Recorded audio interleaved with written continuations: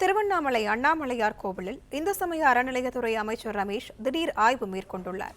இதுகுறித்த கூடுதல் விவரங்களோடு செய்தியாளர் மணிகண்டன் இணைப்பில் உள்ளார். மணிகண்டன் வணக்கம். எதற்காக இந்த திடீர் ஆய்வு? முழுமையான விவரங்களை பதிவு பண்ணலாம்.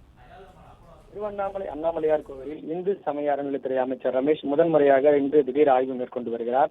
பஞ்சபூத ஸ்தலங்களில் அக்னி ஸ்தலமாக விளங்கும் திருவண்ணாமலை அண்ணாமலையார் கோவிலுக்கு தமிழகம் மட்டுமின்றி ஆந்திரா, கர்நாடகா, கேரளா, தெலுங்கானா உள்ளிட்ட அண்டை மாநிலங்களைச் சேர்ந்த பக்தர்களும் வெளிநாடுகளைச் சேர்ந்த பக்தர்களும் லட்சக்கணக்கானோர் திருவண்ணாமலைக்கு வருகை தந்து அண்ணாமலையாரை வழிபடுவதும் 14 கிலோமீட்டர் சுற்றளவு கொண்ட கிரிவல பாதையில் கிரிவலம் மேற்கொள்வதும் வழக்கமாக வைத்துள்ளனர்.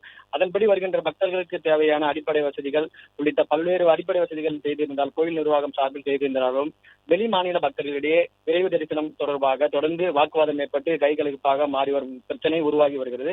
மேலும் வருகின்ற செப்டம்பர் 1ஆம் தேதியிலிருந்து அண்ணாமலையார் கோவிலுக்குள் பக்தர்கள் செல்போன் கொண்டு வர தடை விதிக்கப்பட்டுள்ளது. உள்ளிட்ட பல்வேறு மாற்றங்கள் அண்ணாமலையார் கோவிலுக்கு கொண்டு வரப்பட வாய்ப்புள்ளது.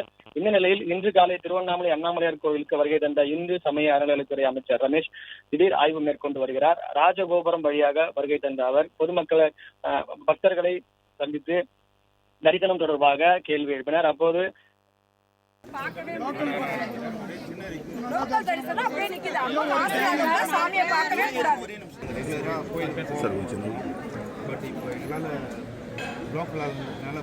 போயிட்டு வர அதுக்கு எதனா கண்டிப்பா வந்து செக் பண்ணிட்டு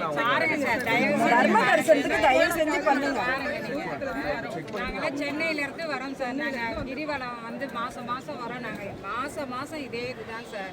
விஐபி தான் சார் பாக்குறாங்க. அப்ப நாங்கெல்லாம் பார்க்க கூடாதா சார் சாமியை?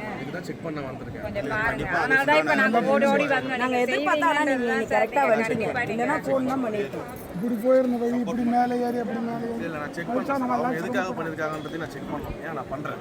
செக் பண்ணிட்டு லோக்கல் தரிசனம் அப்படியே நிக்குது. அப்ப மாசம் சாமியை பார்க்கவே கூடாது.